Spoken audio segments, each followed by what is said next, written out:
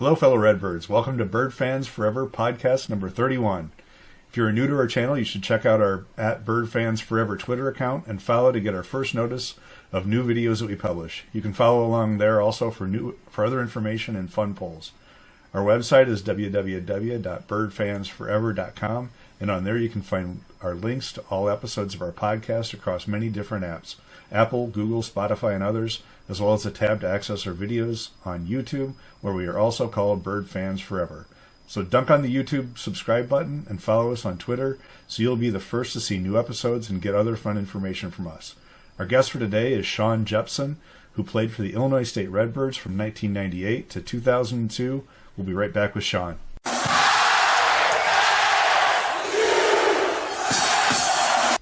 And this is episode 31 with Shawn Jeppson. So, Shawn scored 1,160 points in his career at Illinois State from 1998 to 2002. He played 4 years. He is fourth all-time three-point percentage shooter at 42.8%. He is fourth all-time free throw percentage shooter at 85.1%. He scored 27 points against Wichita State.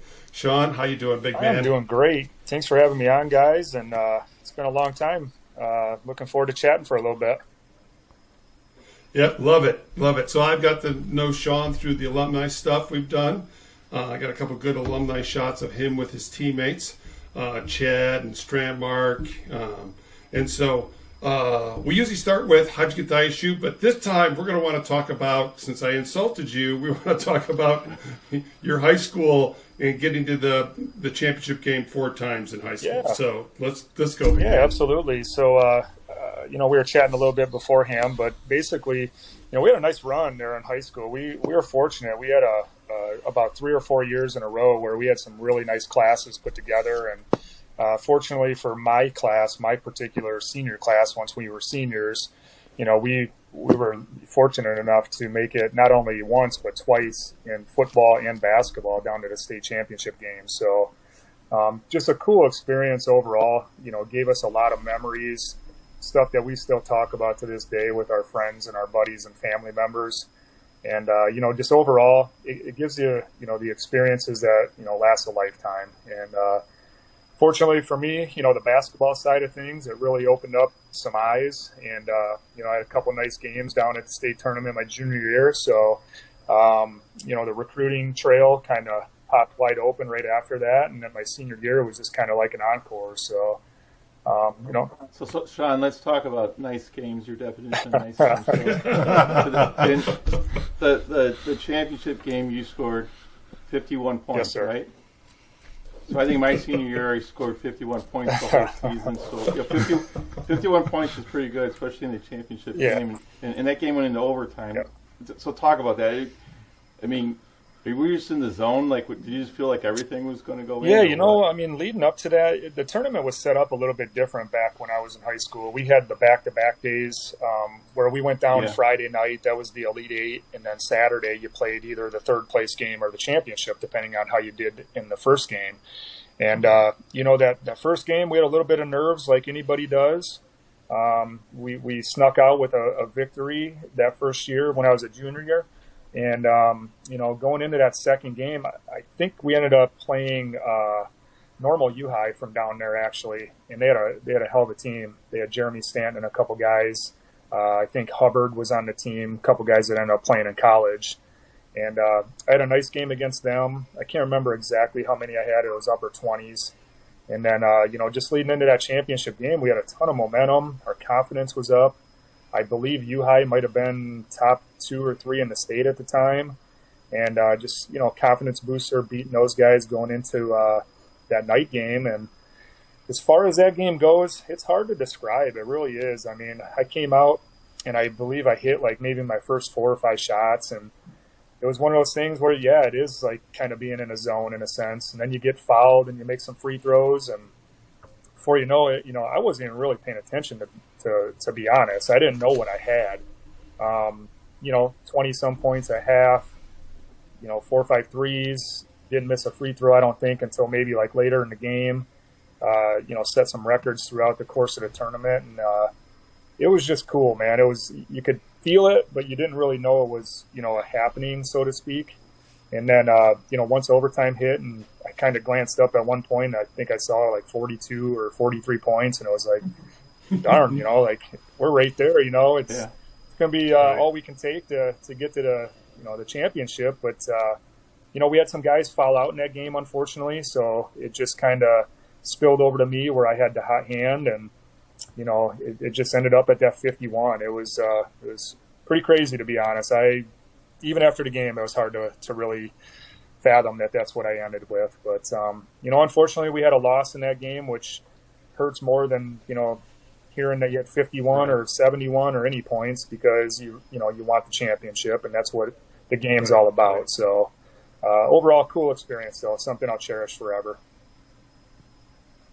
And the next year was like almost the opposite type of game. Yeah. The first year, there was a lot of points being scored, and then the next game was just, I don't know, low scoring. Yeah, I mean, that game was just, I tell you, it's a thorn in my side, and I'm 43 years old almost. I have never watched that game start to finish. I swear on my kids. It's just, so in pregame introductions, we used to always do, the jumping around and all that crap, and my hand actually dinged the cameraman who was doing the introductions, and like right on my knuckle here that I'm showing you.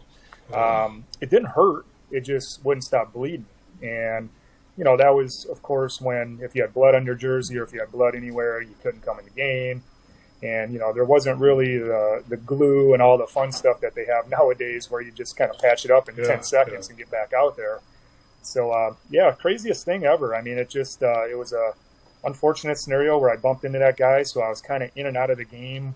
We kind of wrapped it up with some pre-wrap and some tape and stuff, and it just wasn't doing its job. So we pulled myself out, went in, got some stitches at halftime, and came back in the second half. And it really took me until about the fourth quarter of that game to really get back into like just a groove, if you want to call it that. And I think I only ended up maybe 9 points or something like that. It was bizarre. I think it was the only game in my varsity career that I didn't score 10 or more. Yeah. Freak it was. But, I'm a firm believer things happen for a reason. I don't know why, but it's still, it ticks me off to this day. But, congratulations to that team. But I still think we beat them 99 out of 100 times if I'm healthy. And then you made the championship in football, too. Yeah. So talk about it. It's a different type of path, absolutely. Right? So Spring Valley Hall actually, coming up when I was that age, freshman, 1994, 95-ish, I had a brother a couple years older than me. He was more of a football than a basketball player. So, definitely always following his career and just kind of watching, what the varsity football team did as a kid growing up. That was that's Friday Night Lights. And I'm telling you, when we had a home game back in the day, you went downtown Spring Valley and it was pitch black. I mean, everybody was at the ball game, and it was cool, So like growing up, you still wanted to be a part of that. And I was never a big kid. You guys knew that. I mean, I was 180 pounds soaking wet, and that was probably bumping up my weight a little bit just for the program's sake. But as far as the football goes, we had a nice run of consecutive years in the playoffs there, and I believe it was my sophomore year, which would have been my brother's senior year. They broke through and actually got down to the state championship game. It was an unbelievable game. We were actually getting beat by 2 touchdowns in the fourth quarter. We came back, won the championship that year. I was not a major asset on that team. I played some special teams and stuff like that, but I wasn't the starting quarterback by no means until my junior year. Right. And then we actually we got right back down there my junior year, which would have been 97, I believe, and we got second place that year. We got beat by a team from down south, Carterville, I believe it was. And then my senior year, funny enough, we had probably a better team than we did our junior year, but we ended up getting tripped up in the quarterfinals that year. But just a fun run, a lot of great athletes that went on to play in college. I think we had 4 or 5 Division I athletes and a handful of others that went D2 and even junior college and ended up having really nice careers. So it was a lot of fun. Football, I'm so glad I ended up sticking it out and playing football, because my senior year I was really close to not playing. And, we had a really good run and just a lot of fun with a lot of buddies. All right, so then how did you get to IHSA? Yeah, so lead back to the junior year state basketball. I think I kind of popped some eyes that year with the 51-point performance. And, going into that summer, I did a bunch of camps. We weren't fortunate enough like these kids are now where, it's AAU every weekend. It's social media. They can blow themselves up pretty quickly and get noticed. We again, as we were talking earlier today, you made a kind of a mixtape or whatever on a VHS that might have been 4 minutes long, and you ship it out to 50, schools or whatever, and you hope for one or two of them to contact you. Well, that summer I played a couple camps down in Peoria. I think I went down to St. Louis area and even one up in the Chicago suburbs, and they were, we played in the Morris Shootout, which is pretty well known over the summer, and coming back from a state championship appearance, and my team that was coming back my senior year, we had a lot of eyes on us anyway, just because we had a really good team, a strong core coming back. We were preseason #1 in the state, and just a lot of eyes on me. And, fortunately for me, my teammates, they were always great about, making sure that, not even making sure, but just, knowing that I was the go-to guy. And, they knew that I was going to reciprocate that at every possible, chance. But, I was the key focus, and, teams knew that coming in, and we saw a lot of boxing ones and all that stuff. But we worked well as a group. But throughout the season, started seeing a little bit more attention just from, local in-state colleges, a little bit up in Wisconsin. The recruiting thing didn't really pick up until about halfway through my senior year, to be 100% honest. I thought at one point I was probably going to go to Wisconsin Green Bay. They were the heavy hitter at the time. I had some family. I had a girlfriend at the time that was going to school in Chicago, so I was kind of hoping to be a little bit more local. And then, Tom Richardson and the staff with ISU, I think they came up to a couple games late in the season. It might have been even like regional sectional time, and apparently liked what they saw because I got a call the next day and an offer shortly after that. So, they came in late, guys, and I'm glad they did because at the time, and not that we didn't have a good run, but, they were coming off back-to-back years in the tournament.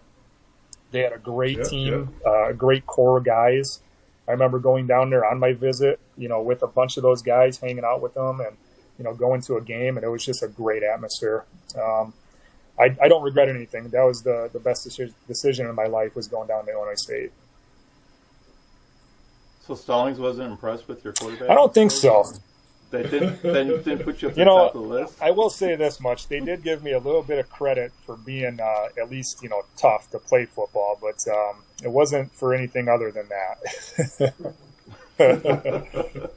All right, Big Shawn, making the transition from small school to D1, like we were just talking off air. You were saying how tough it was. It's tough even at a big school, right? I mean, you're a kid coming out of high school. You have no idea. So explain to us what no idea means to you. Yeah. I tell you what, I even tell some of the local kids once in a while when I talk to either them or their parents, I'm like, just be ready, because we got a kid, and I'm not going to mention names or nothing, but we got a kid locally going down to U of I for football next year, and he is a heck of an athlete. But I just warned their parents and warned him a little bit, like, hey, just be prepared because no longer are you going to be the best player. Everybody's the best player from every team, which it's hard to accept at first. It really is, because it goes from being easy to, wow, I need to really get my ass in the gym and, like you mentioned a second ago, in the weight room and start, taking this like a lot more serious. But, it was challenging. I still had confidence when I went down there, but I realized quickly that, the work was going to have to get put in. And, like when I mentioned a second ago, I was kind of surprised I wasn't redshirted, to be honest with you. But a couple injuries happened, I think, a few games into the season, and I got thrown into fire, which was perfect. It does nothing but gives you confidence. But, coming from a small school like Spring Valley, I think we had 405-ish our entire school. Most of the people that come to college are coming from that in their class or more, where it's 2,000 or more coming from a high school. we played against schools that had, 7 total kids on their bench. We're from rural USA, and that's right. cool though. I mean, and that's what I'm proud of, and I don't, regret any of that. It is what it is. It just made it a little bit more, challenging at the beginning of my career down there. But, the first month I thought, what the hell did I get myself into?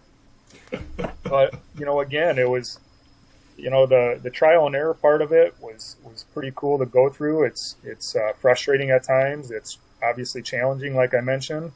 But, once you get over that hump, you realize to yourself how great it really is. And, I don't know if you want to go into the coaching thing right now, guys, but, Yeah, let's roll right into that, right? You walk in, you got Kevin Stallings, right? So there's you go from high school, and my high school coach was a father figure to a college coach who isn't really a father figure. They want production out of you. So talk about Kevin. Yeah. Coach I was Stallings. fortunate to play for, a couple of coaches up here, not only in basketball, but also football, that it was kind of their way or the highway, which that's good. Like it created a lot of mental toughness for me. I think that was one thing that probably kept me from leaving ISU, because there's no doubt it was in your mind the first couple of weeks or the first couple months of how hard it is. And it's like, am I really cut out for this? And, you reflect back to high school and, what you did to get through things like that. And, my coach, Eric Bryant, he was hard on me just because I was quote unquote, one of the better players or the best player or whatever. He didn't just give it to me, he made me earn it. And I respect him to this day for that. And I still see him occasionally, and I tell him those things. But, going down to school, I'm not going to beat around the bush. He was almost a mirror image of what Kevin Stallings was. And, really? Oh, that's good. But to an extent now. Because Kevin had a lot more intimidation. There was times he was walking down them stairs from the coaching office, and you just knew it was going to be one of those days for practice. And, you buckled up your seatbelt and you just gave it your all. But, again, I respect that. I mean, I liked playing for Kevin. I thought you had to earn everything that you got down there, which was exactly how it should be. He didn't give any freebies. Yeah. And, again, that teaches you, hard work. It builds a work ethic for you, not even, necessarily just for sports, but just life in general. And, leading into when Coach Rich took over, I would say he was a little bit more laid back. He was more of an offensive guy than a defensive guy, which, of course, played right up my alley. But, Tom... He came from high school, Brother Rice, so... I mean, did he relate to the players? Yeah. Because he was closer to the high school a little bit. I would agree with that. Yeah, I would Steve for sure. I would say that he definitely was a little bit more personable with us, which, is understandable. I mean, Kevin was there for a lot of years prior to that. And, he had tons of offers to go to bigger schools. He was a big draw there for a while. I think he could have went to Tennessee and a couple other places and decided to stay one more year, if I'm not mistaken. And that's when he went down to Vanderbilt. So, ultimate respect for both of those guys. To this day, I respect the fact that they gave me the opportunity. It was, lucky for me. It came in, at the end of our recruiting period, and it worked out. But, I'm glad it did. So. Did you ever get the Kevin Stallings stare? Like, how he used to stare at the refs just right. Did he do that in practice, or was he more vocal in practice? Well, he was vocal for sure, but there was no shortage of the stare. Like, it just went through you, like you could feel it, right? I agree with that 100%. And if he ever sees this, I hope he takes that as a compliment. My guess is he's probably not watching these, but more than likely, no. I had a football coach that, like, he was very vocal, yell, but then he would just, when he was really mad, he just stared at you. And that was worse than getting yelled at. It was just like, say something. I agree. And, even going back to my high school coach, he had a little bit of that in him as well. And he is actually the dad of one of my good friends that played on that team. So, he was a coach, but he was a dad, but he was, whether he wanted to admit it or not, he was kind of a friend as well, especially after he was done. So, just overall, just lucky to have great coaches in my life throughout high school and college. All right, so let's roll into your shot selection, right? We talked about this a little bit off air, right? We've just talked about 3 coaches that were huge in your life. Not all players have good shot selection. Yep. I can't ever remember a time you not taking good shots. So talk to us about your mindset and why was this important to you? Well, I think even coming up in high school, I was brought up to the varsity when I was a freshman, but it was only the tail end of the year. I think I played 4 or 5 games my freshman year, which was good. I mean, it kind of broke the ice, if you want to call it that, going into my sophomore year. As we knew we were, me and about 3 of my buddies that were all sophomores, we knew we were getting pulled up. We had a pretty strong core of kids in that sophomore, junior year. Just like I was mentioning to you guys earlier about how we made it to state, those 2 final years of my high school career. But, shots selection to me was always important simply because in high school, I would get taken out if I didn't take a good shot. It was that simple. I mean, so it's a discipline, and it's actually just a mentality that stuck with me throughout the course of my career simply because of how I was brought up. And I was probably more afraid to miss than actually make a shot just because I knew I was going to take good shots 90% of the time. Right. And again, going back to the high school thing, he didn't like flashiness. He didn't like, 3-pointers that much, but over time you kind of earn his trust and, things start going in, and then he starts telling you to take more 3-pointers. So, but going into college, I think that first year when you start taking, shots, you just don't want to miss. You don't want to let your teammates down. You don't want to, quote unquote, take a bad shot because you don't want to get taken out of the game either. And at that point in time in my career, I was probably getting 10 to 15 minutes a game at the early parts of it. So I was trying to make the most of it. I was taking the wide open ones or breakaways or whatever it came to it. But that was always my mentality. I wanted to make sure it was a good shot because if I did miss, then it wasn't a big deal. And it's not that you were scared to miss. It's just it was more of a have some confidence in me, keep me out there because I promise I'm not going to miss 2 in a row. That was just my mentality because I put the work in and I knew that I wasn't going to probably miss 2 in a row if I was wide open. Well, and I would argue from a big man's perspective, those that take the good shots that aren't fading and leading, those shots seem to bounce and then stay close to the basket. They're reboundable shots. Some of those jacking up those crazy ones, they go carrying off every which way but can't get, right? And become a team rebound for the other team. Well, I don't need that. So, and just to speak to that, right, your sophomore year you led, and I'm looking up at the screen, you led your team, the Illinois State Redbirds, with 51.7%. Your junior year you led with 54.7%, and then got beat by a big, like me, who just shoots Bobacar. Shouldn't even count. Shouldn't even count. Yeah. No, I mean, it's hard to not agree with that, right? Because I think I took 4 or 5 15-footers in my entire career besides free throws. And, you one thing to help shooting percentage, if you play with a guard like Tyrese. Oh, exactly. Right? And that's the thing. Talk about off balance shots. I mean, he took.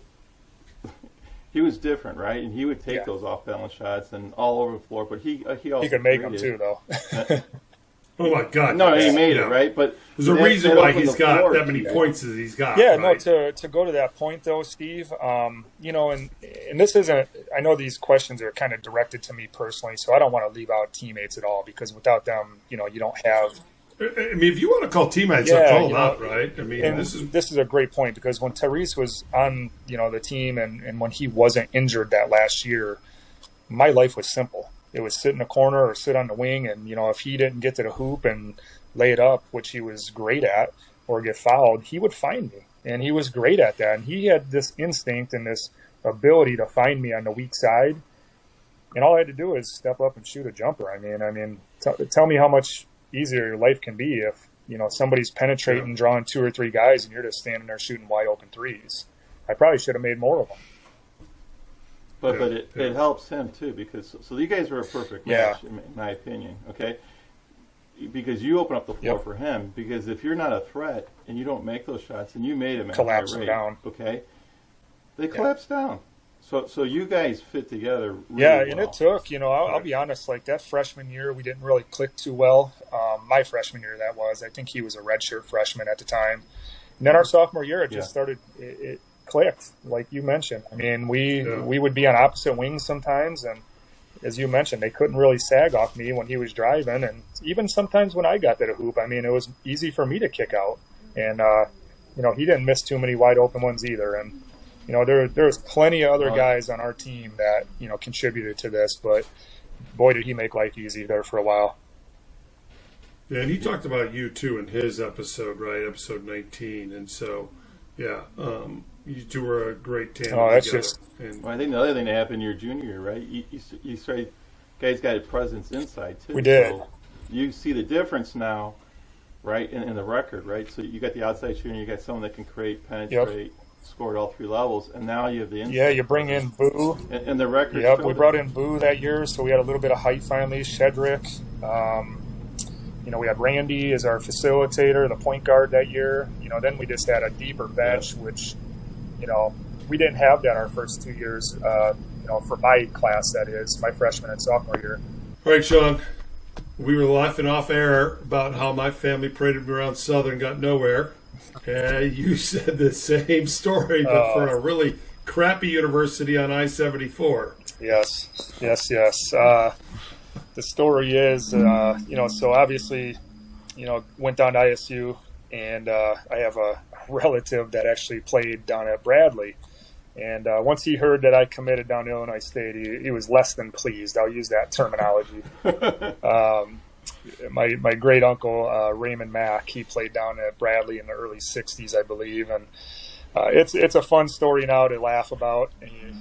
I just saw him not too long ago. We still kind of tease each other about ISU Bradley and the whole rivalry. But, looking back, it was kind of funny because he was really pushing for me to go down there. And I know for a fact he made some phone calls, and, they didn't want to give me the time of the day. So, again, things worked out in the right way. So absolutely. So talk about the Bradley game, right? So they don't recruit you. Yep. So it's time to stick it to them, right? Right. Yeah. I do recall one game in my junior year, I believe. We both had pretty good teams that year. Don't know exactly the stat line. It's not a major issue, but I know I had somewhere in the 20s, and we ended up beating Bradley that year. And I just remember the crowd support that game, and just how many, obviously Bradley's red too, but just how many red and white jerseys in the student section, and the crowd support was just amazing. That was easily one of the top two home games that I recall, was that game, and it had to be a sellout, and if it wasn't, it had to be within the hundreds that it wasn't. Absolutely. So it was just fun. It's one of those games that you stick with, and you just kind of remember tidbits and shots. And I know for a fact I made like the first shot of the game, and I remember seeing like the white confetti falling down from the student section, and 25 years later you still remember stuff like that, so that's pretty cool. Yeah. And then you talked about the Southern game. Yeah. Right? We had to fact check you. 24 points, 9 assists. Yep. So, and you didn't even lead scoring. Your sidekick led the scoring for that one. But talk about the Southern game. Yeah, absolutely. 88-77 win. Yep. But we were down on the road. I know Southern had a pretty strong team that year, and nothing better than winning on the road in the Valley, right, guys? All you guys know that. Yes. And especially against a rival. And I know they're not our top rival, but we went down there. Guns were blazing. I think we spoke off air there that we scored in the upper 80s that game. And, Tyrese was hitting everything. I got, a chance to chip in, mid-20s and some nice assists to Tyrese and everybody else. And just a great quality win. And nothing better than, taking that short flight home and celebrating a conference win against a team like Southern. So what's more fun, playing in front of like 9,000, 10,000 fans, Bradley, home game, everyone's just going crazy, or going to an arena and disquieting 8,000 fans? Wow, that's a great question. I think anybody would say that the home crowd is the best. But, my mentality is, and I've always kind of liked being the underdog, and I loved playing on the road. And there was nothing better than, the crowd giving you, a bunch of crap, and then you just kind of turn around and wink at them or something after you hit a shot, just kind of silence the whole gym. Because that happened a few times over my career, and believe me, if Tyrese wasn't the first one, I was the second one on the list for the opposing team to get, a lot of bickering. Absolutely. And that's fine. I was used to it coming up from high school and everything, but they were both unique in a way. But to answer the question, I would say definitely home. Yeah. Well, there's something you have to admit when you're on the road and they're loud to begin with, and all of a sudden they're just booing and quiet. It's just something empowering in that moment, right? Yeah. Not that the energy you get from your own crowd, but man, to suck their energy is just it's awesome. I remember little things, even like down at Southwest Missouri State, which I know they're called Missouri State or whatever now. Certain guys in the crowd, they would have these spinny things. They're trying to screw with you when you're shooting a free throw, and they used to do this. I think they stood until like we scored a basket, and then the crowd would sit or something, and just annoying crap like that. But you remember that stuff, and now you watch it on TV from time to time, and you're like, damn, I remember being there and sit down. You know what I mean? Right. A lot of fun experiences on the road. The Valley was always really cool places to play. The conference has changed up so drastically now, but the Creightons of the world, the Wichita States, those were, just awful places to play. They were so hard. They had such a home court advantage, but always look forward to playing there for sure. Yeah. So Kyle Korver was at Creighton, right? Yeah. Yep. Did you ever get the privilege of getting to guard him? Or? Yeah, I think, not by, a setup with a game plan by no means, because he was kind of a small forward in a sense, but played two guard, if you want to call it that, point guard, point forward, whatever they call it now.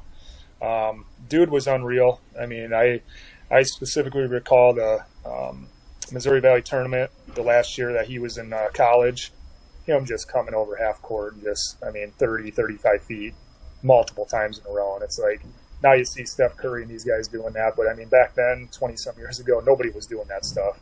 Right, it was pretty impressive. He was – but you know what? He was a good athlete, and he was a good competitor, and he was fun to play against. And he wasn't arrogant or nothing like that. So, did we like him? No, because he killed us all the time. But I got the ultimate respect for that guy. Yeah.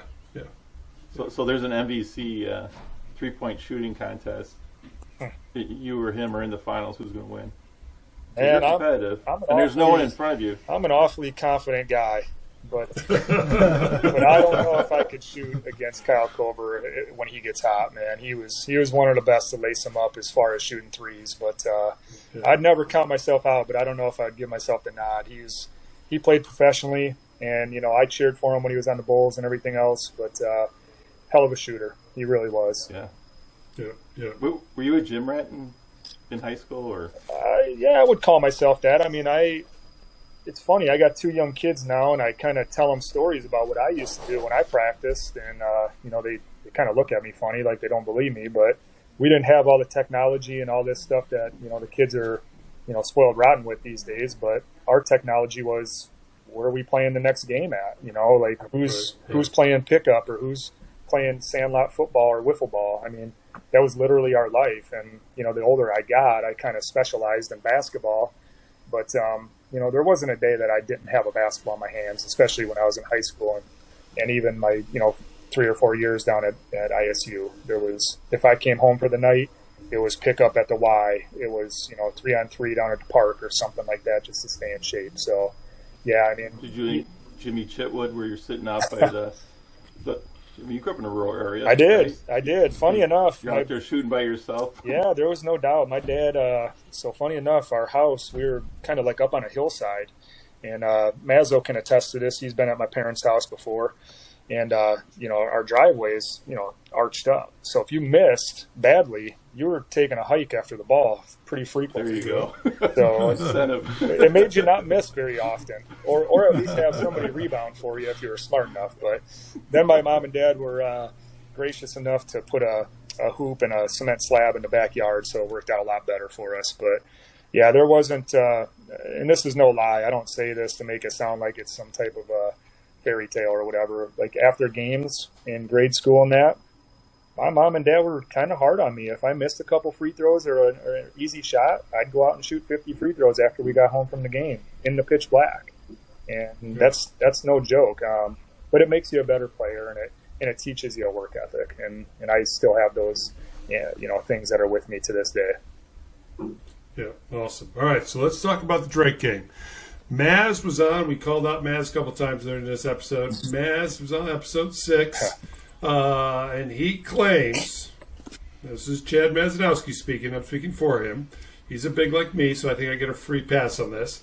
But he claims that awesome shot in that Drake game, you're dribbling away from the basket, and you were supposed to actually catch and shoot in the corner.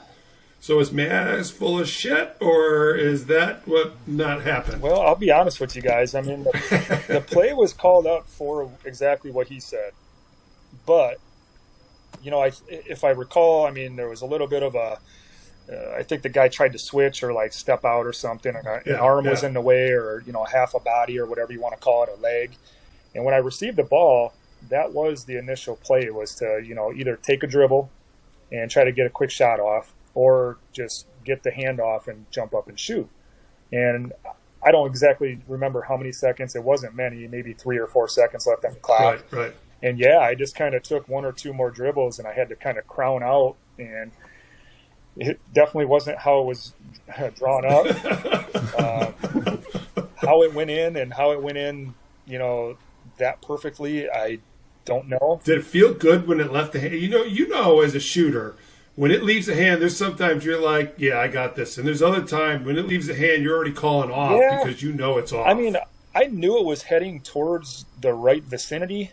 I honestly didn't know if I had enough to get it there. That's what it felt like. So, I mean, did I think it was short? Yeah, but I didn't really know if I got it all the way there. And I'll be honest, when I landed, I didn't really see it go in. You hear the express, the applause and the crowd, whatever else, and then the teammates come running out, and obviously it did. But I mean, when I shot it, there was kind of an arm or two in the way, and just the way the whole momentum was taking me, and the fadeaway movement of it, it was just like, oh shit, kind of sorry, I didn't mean to curse, but I already swore. You were good. You throw it up there, and you just kind of hope that it gets there and gives us a chance, and obviously it did, and it was a pretty special moment that I got to share with not only my teammates and coaches, but my family was there, and just really cool. I mean, it was neat. And then your teammates rush the floor, and your next thought is you hope someone like Pemberton doesn't jump on you, right? Or Mazanowski, right? Yeah, we had some big boys on our team too. I know John Boy's absolutely. John Boy's up there, but we had a couple big boys too. But it was surreal. I don't know how else to put it, guys. I mean, it was just a really cool, unbelievable moment that thankfully we were a part of. It's pretty neat to see on the highlights when you go down to games, and even I think they replay it down there from time to time. But unfortunately, every game we get to see. So unfortunately, we didn't fare too well the next game. We were just speaking of Mr. Corver not too long ago, and they came out and gave us a pretty good shellac in the last game, and that was the end of our careers. But what a way to go out, and just overall just a fun experience down there. Missouri Valley tournaments, bar none in my opinion. I still think it's a blast to go down there. It is. So, all right, man, this is, again, thank you for being on. This is where we wrap this up. We give you a chance to end this. Any closing statements, thoughts, ideas? Yeah, no, thanks again for the invite, number one. It was great to catch up with you guys. It's always good when, Illinois State keeps me in mind. I feel like it truly is a family down there. I wish I was able to, and I'm going to, try to make a concerted effort to be more, transparent with being down there and in front of the program. I try to make it at least once or twice a year to games. I know I've repeated this like 5 times, but I have some young boys that young boys. They love sports. Yeah. My oldest is 6. My youngest is 4. They're both engaged in sports. The little one is just getting into t-ball, so he's just experienced it. But my oldest boy, he's got my attitude and my competitiveness. So he loves sports, loves basketball. And I can't wait to share this experience with him when we get down there, and let him soak that in. It's cool. I love going down there seeing you guys. I still like going down there and seeing Mazzo. I know there's a couple other guys that float around from time to time. I try my best to go over and talk to Mike Matthews and the guys on the radio, and just keep everybody fresh on the mind, because it truly is and was an awesome experience being a part of the Redbird family. So if there's anything that I can ever do to jump back on or help with you guys, I'd love to do that, because you guys have always been great to me, and I love talking today. And if there's anything I can do, let me know. Yep. All right, so this is episode 31 with Shawn Jeppson, my man. Man, he could shoot the rock. So with that, we are taking it out.